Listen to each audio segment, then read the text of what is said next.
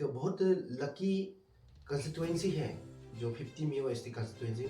मैं क्यों कह रहा हूँ, क्योंकि हमारे साथ यहाँ सोर्स रिसोर्स बहुत सारा है।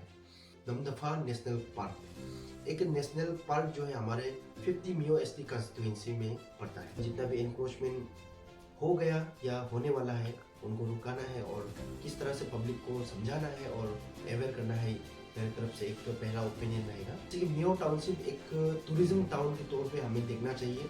जैसे कि ड्रेनेज सिस्टम सही होना है और रोड कनेक्टिविटी सही रहना है और लिंक रोड सही होना है, बाजार सिस्टमेटिक होना चाहिए और वहाँ पे जो स्ट्रीट लाइट है वो ढंग से जलना चाहिए। नमचा फ्रेंड में आप सभी का स्वागत है। तो आज मैं एक बहुत ही खास मुद्दा लेके आया हूँ।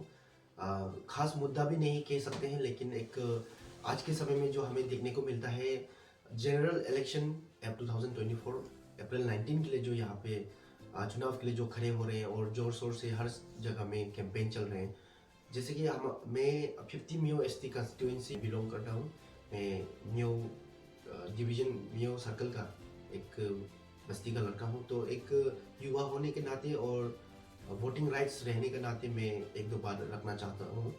जैसे कि ये आने वाले चुनाव जो है उनको जीत के जो हमारे विधायक रहेंगे, हमारे रिप्रेजेंटेटिव रहेंगे पब्लिक के, उनको क्या क्या चीज़ों में काम करना चाहिए और मेरे तरफ से एक पर्सनल ओपिनियन में शेयर करना चाहूँगा। जैसे कि मैं कोई कैंपेन में जाके तो मैं नहीं बोल सकता, लेकिन ऐसे जनरल मैं सभी जनता को मैं मैसेज पहुंचाना चाहूँगा मेरे इस पेज के माध्यम से। तो जो आने वाले चुनाव जो जीत के हमारे विधायक रहेंगे, हमारे एमएलए पब्लिक के रिप्रेजेंटेटिव रहेंगे, उनको जो है किन किन चीज़ों में काम करना चाहिए, मेरे तरफ से मैं एक छोटा सा ओपिनियन शेयर करना चाहूँगा। तो अभी देखा जाए तो हमारे चांगलांग डिस्ट्रिक्ट में एक बहुत लकी कंस्टिट्यूएंसी है जो 50 मियो एसटी कंस्टिट्यूएंसी। मैं क्यों कह रहा हूँ, क्योंकि हमारे साथ यहाँ में सोर्स रिसोर्स बहुत सारा है और उसी के साथ साथ में जैसे कि अगर हम बात करें तो नमदफा नेशनल पार्क एक नेशनल पार्क जो है हमारे 50 मियो एसटी कंस्टिट्यूएंसी में पड़ता है। तो नमदफा नेशनल पार्क जो हमें देखने को मिलता है कि 1972 को जो है उनको ढूंढा गया था और 1983 को ही फुल फ्लेज जो है नमदफा नेशनल पार्क का नाम मिला। तो 1983 से लेके अभी तक क्या डेवलपमेंट एक्टिविटीज हैं या उसमें कितने स्पेसेस अभी तक मिल रहे हैं, इनका जो है अपडेट हमारे पब्लिक को अवेयर नहीं है। तो इस चीज़ में हमें जो है बात करना चाहिए, क्योंकि नमदफा नेशनल पार्क एक किसी कम्युनिटी का या किसी एरिया का पार्क नहीं है, ये एक नेशनल एक ट्रेजर है, नेशनल एक पार्क है और ये हमारे लिए एक ट्रेजर का जैसा, एक रिसोर्स का जैसा हमें जो है यूज़ करना है। और जिस तरह से हमें जो है एनक्रोचमेंट के मुद्दे को लेके बात करना चाहिए, चाहे वो किसी साइड से हो, नमदफा नेशनल पार्क को जैसे भी हमें बचाना है। और मेरे तरफ से ये पहला एक पॉइंट रहेगा कि नमदफा नेशनल पार्क के ऊपर में भी काम करना चाहिए। उनका जितना भी एनक्रोचमेंट हो गया या होने वाला है उनको रुकाना है और किस तरह से पब्लिक को समझाना है और अवेयर करना है, मेरे तरफ से एक पहला ओपिनियन रहेगा। और बात किया जाए तो नमदफा नेशनल पार्क और विजयनगर एक टूरिज्म प्लेस है और उसमें अभी पूरे इंडिया से जो है टूरिस्ट लोग वहाँ आते हैं, विजिट करते हैं। एरिया में नहीं जाने से पहले हमें जो है एक टाउन क्रॉस करना पड़ता है। वैसे 2 टाउन क्रॉस करना पड़ता है। पहला आपको खरसांग क्रॉस करना पड़ेगा और उसके बाद मियो। मैं मियो से शुरू करना चाहूँगा। जैसे कि मियो टाउनशिप एक टूरिज्म टाउन के तौर पे हमें देखना चाहिए और टूरिज्म टाउन में क्या क्या रहना चाहिए, हमें इस चीज़ का जो है अवेयर होना है, ताकि जो टूरिस्ट बाहर से आएंगे उन लोगों को सुविधा मिले और एक टूरिज्म टाउन किस तरह होना चाहिए ये हम लोग बात करने से बहुत सही रहेगा। और टूरिज्म टाउन में क्या क्या होना चाहिए, मेरे तरफ से ओपिनियन शेयर करना चाहूँगा। जैसे कि ड्रेनेज सिस्टम सही होना है और रोड कनेक्टिविटी सही रहना है और लिंक रोड सही होना है, बाजार सिस्टमेटिक होना चाहिए और वहाँ पे जो स्ट्रीट लाइट है वो ढंग से जलना चाहिए और जहाँ में आस पड़ोस में जो दुकान है उसको भी सिस्टमेटिक अगर रखा जाए तो बहुत सही रहेगा। टूरिज्म टाउन घोषित करके मियो को जो है डेवलप अगर किया जाए तो बहुत अच्छा रहेगा। और उसी के साथ साथ अगर मैं एक टाउन की बात करूँ तो हमारे यहाँ सबसे पहले खरसांग टाउनशिप क्रॉस करना पड़ता है। तो खरसांग टू मियो रोड कनेक्टिविटी और स्ट्रीट लाइट वो अच्छा होना है, ताकि जो टूरिस्ट हैं उन लोगों को कोई दिक्कत का सामना ना करना पड़े। तो अभी सुनने को आया है कि यहाँ पे ट्रांस हाईवे आने वाले हैं, उनका काम जारी किया जाएगा कुछ महीनों के बाद। तो अगर ये अच्छी बात है कि अभी कनेक्टिविटी सही होगा, लेकिन कनेक्टिविटी के साथ में टाउनशिप भी थोड़ा सही होना है। तो टाउन प्लानिंग होना चाहिए। जो आने वाले विधायक रहेंगे, जो हमारे रिप्रेजेंटेटिव रहेंगे, उनके लिए मैं मेरी तरफ से ओपिनियन शेयर कर रहा हूँ। नमदफा नेशनल पार्क के ऊपर में हमें बात करना चाहिए, उनको बचाना चाहिए और नमदफा नेशनल पार्क को लेके अवेयरनेस फैलाना चाहिए। और दूसरी बात, हमारे मियो टाउनशिप को टूरिज्म टाउन के तौर पे हम लोग जो है डेवलप करना है और उनमें जो है डेवलपमेंटल एक्टिविटीज़ काम जो है करना चाहिए। और साथ ही साथ खरसांग जो टाउनशिप एरिया है, इन टाउनशिप एरिया, इसका भी जो है ख्याल रखना है, ध्यान रखना है, क्योंकि ये भी हमारे साथ ही कनेक्ट है, 50 मियो एसटी कंस्टिट्यूएंसी के अंदर ही आते हैं। तो पहला जो टाउन है उनका भी रोड कनेक्टिविटी या बिल्डिंग रोड। और देखा जाए तो ये जो है खरसांग भी एक अर्बन एरिया है। तो अर्बन एरिया में जितने भी लिंक रोड हैं, रोड कनेक्टिविटी हो, लिंक रोड हो, इलेक्ट्रिसिटी हो और पानी का सुविधा होना चाहिए। और मैं दूसरी बात रखना चाहूँगा, जैसे कि मियो को लेके, मियो में पानी का बहुत दिक्कत का सामना करना पड़ता है। हर पब्लिक को, जितने भी वहाँ पे पब्लिक रहते हैं, सभी को पब्लिक को जो है पानी को लेके बहुत दिक्कत का सामना करना पड़ता है। और सुनने का अनुसार अभी अभी पानी के लिए भी कुछ सुविधा किया जा रहा है, एक स्टोरेज बनाया जा रहा है। अगर वो सही से चलता है तो हमारे पब्लिक के लिए भी बहुत सुविधा मिलेगा। और मैं बात करूँ तो यूथ डेवलपमेंट के ऊपर हमें ज़्यादातर काम करना चाहिए। जैसे कि हमें पता है कोरोना को लेके यहाँ पे एक बहुत ही चेंजेस जो है हमें देखने को मिला, बदलाव देखने को मिला। स्पेशली स्टूडेंट जो वो समय में क्लास 9 से लेकर 12 तक जो पढ़ाई कर रहे थे, वो लोगों को जो है, उन लोगों को बहुत सारा दिक्कत का सामना करना पड़ा। तो उसी के साथ साथ जो हमारे गांव के युवा हैं, उन लोगों के लिए भी एक अपॉर्चुनिटी मिलेगा।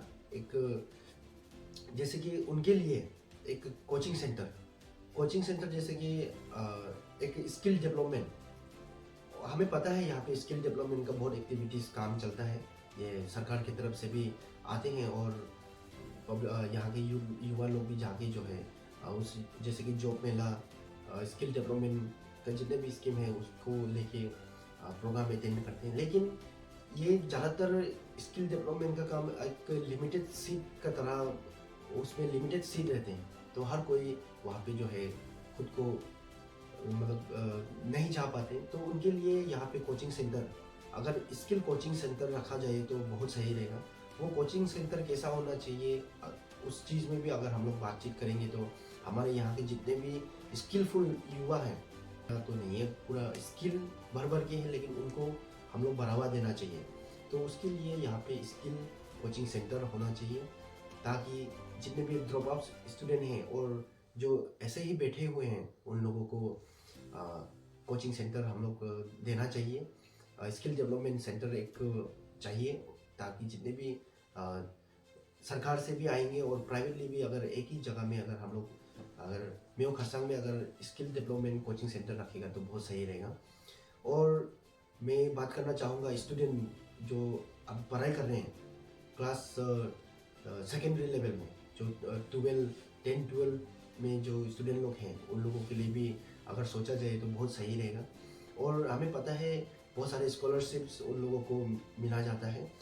और स्कॉलरशिप के साथ साथ मैं ये भी कहना चाहूँगा कि जो स्कॉलरशिप के लिए परसेंटेज रहते हैं, उनसे जो 1-2 परसेंटेज कम, जैसे कि 6.4 से पहले गिना जाता था, तो अगर 6 पॉइंट से अगर हम लोग उन लोगों के लिए भी कुछ सुविधा दिलाया जाएगा तो बहुत ही अच्छा रहेगा। सुविधा के तौर पे मैं 1-2 उदाहरण देना चाहूँगा। जैसे कि आजकल डिजिटल ज़माना है, आधुनिक ज़माने के साथ साथ हम लोग काम भी इनोवेटिव होना चाहिए। तो जो 6 पॉइंट जितने भी अच्छे परसेंटेज से जो स्टूडेंट पास होते हैं उन लोगों को फ्री कंप्यूटर क्लास का जो है सुविधा मिलना चाहिए, चाहे जितने भी स्टूडेंट हो। और इस उसके लिए इंस्टीट्यूट चाहिए, कोचिंग सेंटर चाहिए।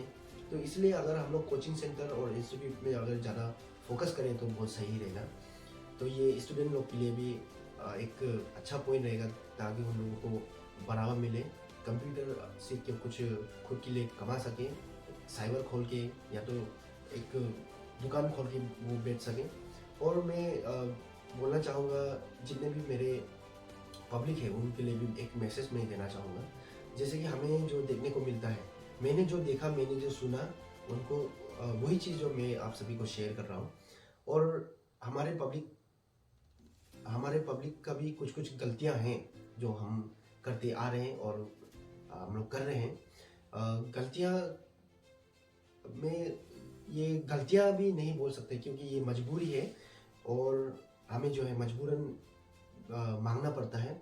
लेकिन उससे क्या इफेक्ट होता है वो हमें जानना चाहिए। जैसे कि जो हमारे विधायक रहते हैं, जो हमारे रिप्रेजेंटेटिव रहते हैं, उनको जो है हम बहुत छोटे छोटे चीज़ों में भी हम लोग मदद मांगते हैं। जैसे कि घर बनाने के लिए भी मांगते हैं और घर चलाने के लिए भी मदद मांगते हैं। तो अगर हम छोटे छोटे चीज़ों में अगर मदद मांगते रह जाएंगे तो हमारे जो रिप्रेजेंटेटिव है वो डेवलपमेंटल एक्टिविटीज़ कैसे कर पाएंगे।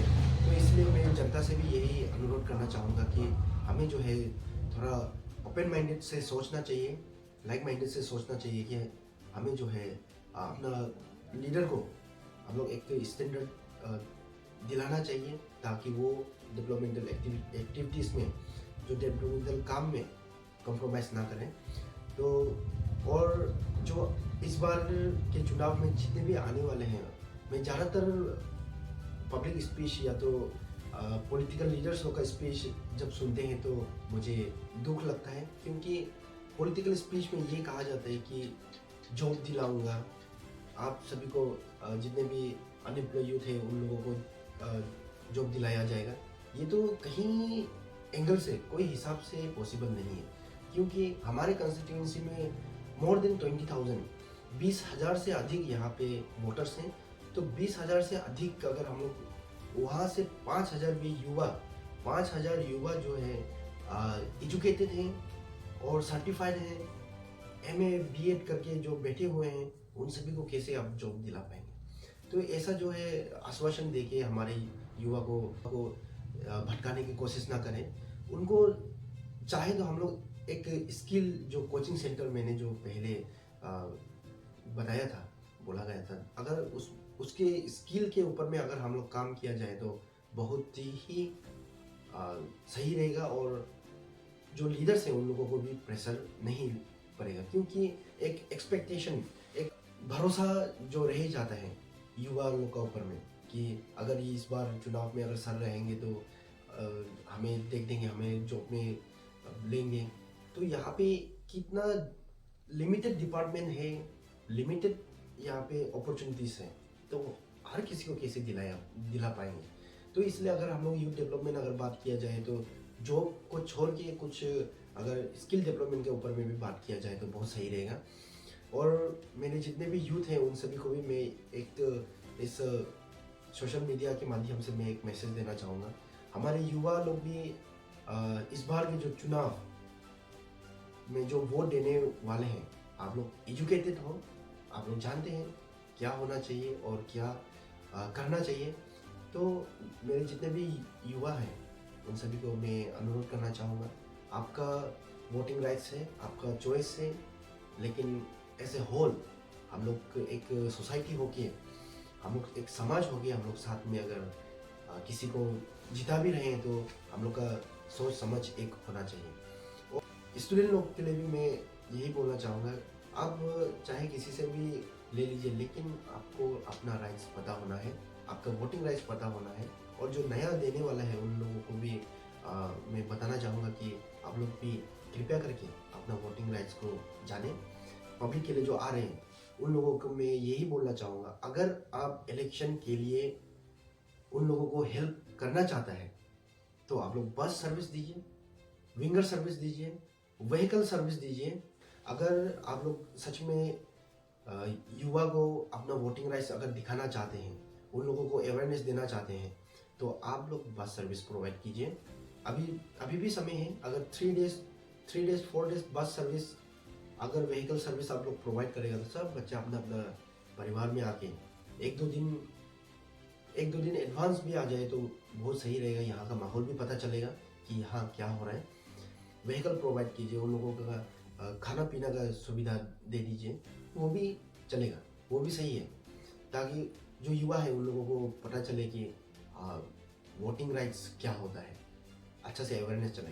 तो इतना ही कह के मैं रखना चाहूँगा। मेरे जितने भी स्पीच में अगर किसी को अगर ठेस पहुँचा तो मैं दिल से माफ़ी चाहता हूँ। और अगर मेरे इस स्पीच में अगर आपको अच्छा लगे तो काइंडली इस मुद्दे के ऊपर बात करना चाहिए। और हमें जो है इसी तरह एक दूसरे का साथ दे के हमें आगे बढ़ना है। और डेवलपमेंटल एक्टिविटीज़ हमारे मियो 50 एसटी कॉन्स्टिट्यूएंसी में होना चाहिए। Thank you so much.